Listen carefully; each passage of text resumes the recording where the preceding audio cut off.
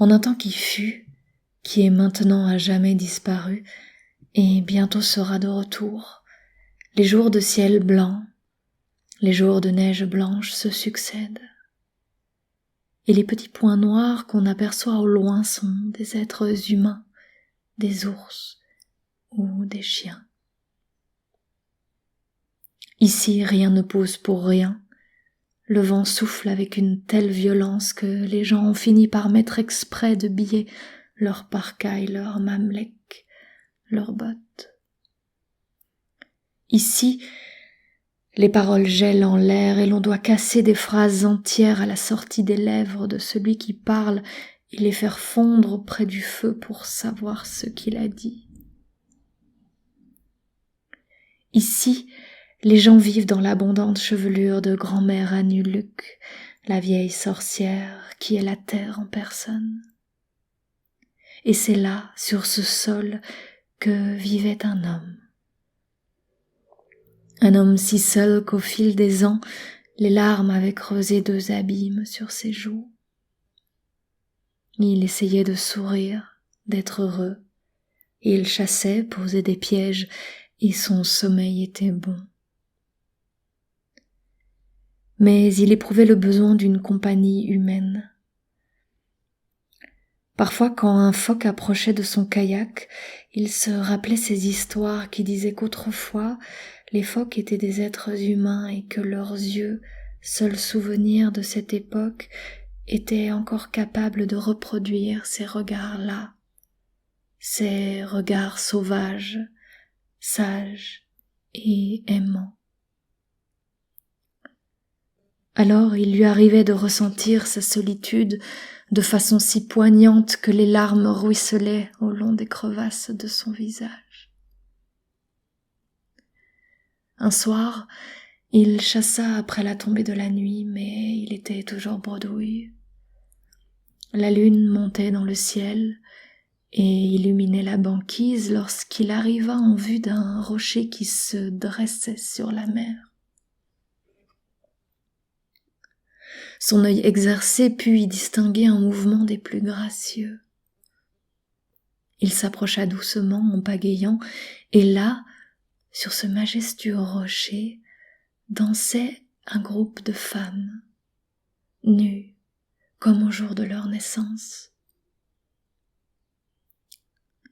Bon, c'était un homme seul, qui n'avait d'amis humains que dans son souvenir, et il resta à les regarder. Les femmes semblaient faites du lait de la lune, et sur leur peau brillaient de petites taches d'argent pareilles à celles des saumons au printemps. Leurs pieds et leurs mains étaient longs et très gracieux. Elles étaient si belles que l'homme resta cloué de stupeur dans son bateau, tandis que l'eau venait battre la coque et le rapprochait du rocher. Il entendait les rires de ces femmes superbes, du moins lui semblait-il qu'elles riaient, à moins que ce ne fût le rire de l'eau contre la paroi du rocher. L'homme, ébloui, ne savait que penser. Mais la solitude qui pesait sur sa poitrine comme une dépouille humide disparut soudain. Et, presque sans savoir ce qu'il faisait, il bondit sur le rocher et déroba l'une des peaux de phoque qui se trouvait là. Il se dissimula derrière un affleurement et la fourra dans sa guinguk, sa parka. Bientôt, il entendit l'une des femmes crier quelque chose d'une voix qui était la plus belle qu'il n'eût jamais entendue. Un peu comme le chant des baleines au lever du jour, ou plutôt non, c'était comme les louveteaux qui jouent au printemps, ou plutôt non, c'était mieux que ça, mais cela n'avait pas d'importance parce que, maintenant, que faisaient les femmes? Eh bien, elles revêtaient leur peau de phoque et, une par une, les femmes phoques se glissaient dans la mer avec de petits cris de joie. Toutes, sauf une, la plus grande, qui cherchait partout sa peau de phoque, en vain. Quelque chose, il ne savait quoi, encouragea l'homme. Il quitta l'abri du rocher et lança « Femme, sois mon épouse. Je suis un homme seul, si seul. » « Je ne peux être une épouse, répondit-elle, car je suis de celles qui vivent Temekvanek en dessous. » L'homme insista. « Sois mon épouse, répéta-t-il. Dans 7 étés, je te rendrai ta peau de phoque, et là, tu pourras partir ou rester comme tu voudras. » La jeune fille phoque lui lança un long regard qui avait tout d'humain. Elle dit à regret « Je viens avec toi, et dans 7 étés, il en sera décidé. » Ils eurent un enfant qu'ils appelèrent Oruk. C'était un enfant souple et grassouillet. En hiver, sa mère racontait des histoires sur les créatures qui vivent sous la mer, tandis qu'avec son long couteau, son père découpait un ours ou un loup en petits morceaux. Quand sa mère portait l'enfant pour le mettre au lit, elle lui montrait les nuages qu'on apercevait par le conduit de fumée. Elle lui décrivait les formes qu'il prenait, sauf qu'au lieu de les comparer au corbeau, à l'ours et au loup, elle lui parlait des morses, des baleines, des phoques et des saumons, car elle ne connaissait pas d'autres animaux. Mais le temps passant, sa peau vint à se dessécher, desquama, puis se craquela. Ses paupières pelèrent, ses cheveux commencèrent à tomber. Elle devint naluaque, d'une pâleur mortelle. Elle perdit de ses rondeurs et tenta de dissimuler qu'elle boitait. Chaque jour, sans qu'elle le veuille, son regard devenait de plus en plus terne. Elle se mit à tendre les mains devant elle pour trouver son chemin, car sa vue s'obscurcissait. Il en alla ainsi jusqu'à ce qu'un soir, l'enfant Uruk fut réveillé par des cris et se dressa sur sa couche de peau de bête. Il entendit un rugissement d'ours. C'était son père qui réprimandait sa mère. Il entendit des pleurs semblables à un tintement d'argent sur de la pierre. C'était sa mère. « Tu as caché ma peau de phoque il y a 7 longues années, et maintenant le 8e hiver arrive. Je veux qu'on me rende ce dont je suis faite. » gémissait la femme phoque. « Et toi, femme, si je te la rends, tu me quitteras, » grondait son mari. « Je ne sais ce que je ferai. Tout ce que je sais, c'est que je dois avoir ce à quoi j'appartiens. Tu me laisseras alors sans épouse et l'enfant sera sans mère, tu es mauvaise. » Sur ces mots, l'époux rejeta brutalement de côté la portière de cuir et disparut dans la nuit. L'enfant aimait énormément sa mère. Il eut peur de la perdre et pleura longuement. Il finit par s'endormir avant d'être réveillé par le vent.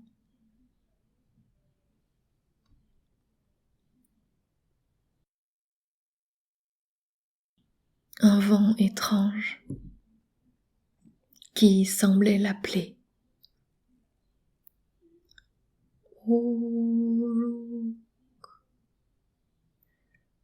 Uruk.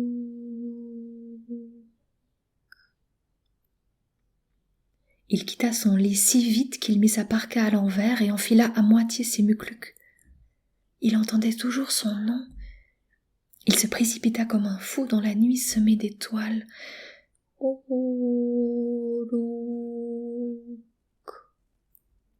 L'enfant courut jusqu'à la falaise qui surplombait la mer, et là, loin sur la mer agitée, il y avait un énorme phoque argenté, avec une grosse tête, des moustaches qui tombaient sur sa poitrine et des yeux d'un jaune profond.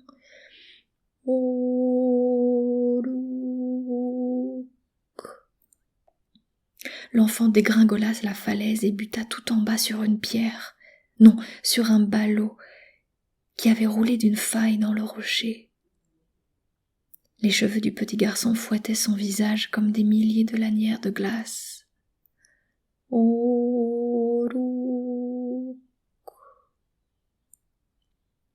L'enfant déroula le ballot et le secoua.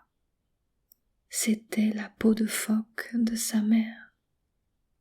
Il pouvait sentir son odeur. Il porta la peau à son visage et respira son odeur. Et pendant qu'il faisait ça, l'âme de sa mère le traversa comme un vent d'été soudain. Il poussa un « oh » de douleur et de joie à la fois et porta de nouveau la peau à son visage. Et de nouveau, l'âme de sa mère le traversa. « Oh » cria-t-il encore, car l'amour infini de sa mère le remplissait. Là-bas, le vieux phoque d'argent s'enfonçait lentement sous la surface. Le petit garçon escalada la falaise et rentra chez lui en courant, la peau de phoque volant derrière lui. Il se laissa tomber au sol. Sa mère les releva, lui et la peau de phoque, fermant les yeux de gratitude car l'un et l'autre étaient saufs. Elle enfila sa peau de phoque. « Oh non, maman !» s'écria l'enfant. Elle prit l'enfant, le mit sous son bras, et mi-courant, mi-trébuchant, elle se précipita vers la mer rugissante. « Maman, non, ne me laisse pas !» cria Aurouk. Et il était visible qu'elle voulait rester avec son enfant. Oui, elle le voulait, mais quelque chose de plus ancien que lui, de plus ancien qu'elle, de plus ancien que le temps l'appelait. « Non, non, non, maman !» suppliait le petit garçon. Elle se tourna vers lui et ses yeux étaient remplis d'un amour terrible. Elle prit le visage de l'enfant entre ses mains et lui insuffla sa douce respiration dans les poumons, 1 fois, 2 fois, 3 fois. Puis, en le tenant comme un précieux ballot sous son bras, elle plongea sous la mer et s'y enfonça de plus en plus profondément. Et la femme phoque et son enfant respiraient parfaitement sous l'eau. Ils nagèrent ainsi jusqu'à ce qu'ils parviennent au havre sous-marin des phoques, où dînaient, chantaient, dansaient et parlaient toutes sortes d'animaux. Là, le grand phoque qui avait appelé Aurouk depuis la mer dans la nuit étreignit l'enfant et l'appela son petit-fils. « Comment vont les choses là-haut, ma fille ?» demanda le majestueux phoque d'argent. La femme phoque détourna les yeux. « J'ai blessé un humain, père. Un homme qui a tout donné pour m'avoir. Mais je ne peux retourner auprès de lui, car j'y serais prisonnière. Et le garçon, mon petit-fils, interrogea le vieux phoque d'une voix tremblante de fierté. Il doit partir, père. Il ne peut rester, car son temps parmi nous n'est pas encore venu. Ainsi, les jours et les nuits passèrent, 7 pour être exact, au cours desquels la femme retrouva son lustre, sa belle couleur sombre. Elle eut de nouveau une bonne vue et redevint bien en chair. Elle nageait sans être handicapée. Et vint le temps de ramener l'enfant à terre. Cette nuit-là, son vieux grand-père phoque et sa mère magnifique le prirent entre eux et nagèrent vers le monde du dessus. Là, ils déposèrent doucement Aurouk sur les rochers du rivage, dans la clarté de la lune. Sa mère promit: « Je serai toujours avec toi.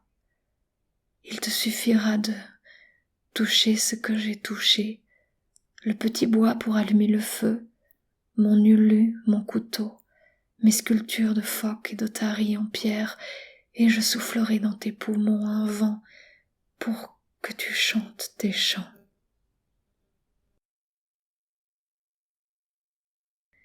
Après avoir maintes fois embrassé l'enfant, le vieux phoque et sa fille s'arrachèrent à lui et se laissèrent glisser dans la mer.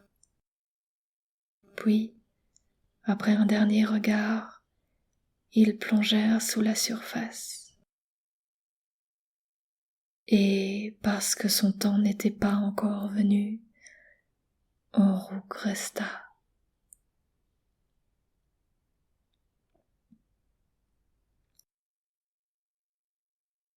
Le temps passa, il grandit et devint un superbe joueur de tambour, un merveilleux chanteur et conteur.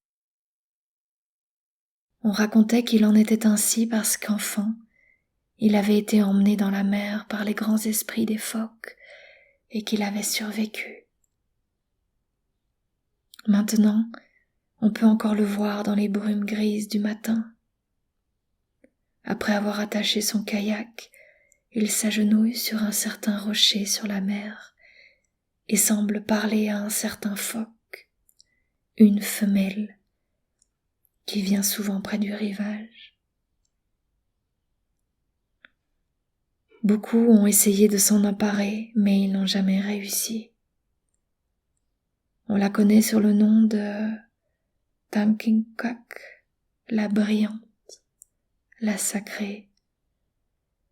Et l'on dit qu'elle a beau être un phoque, ses yeux sont capables de reproduire ses regards humains, ses regards sauvages, sages et aimants.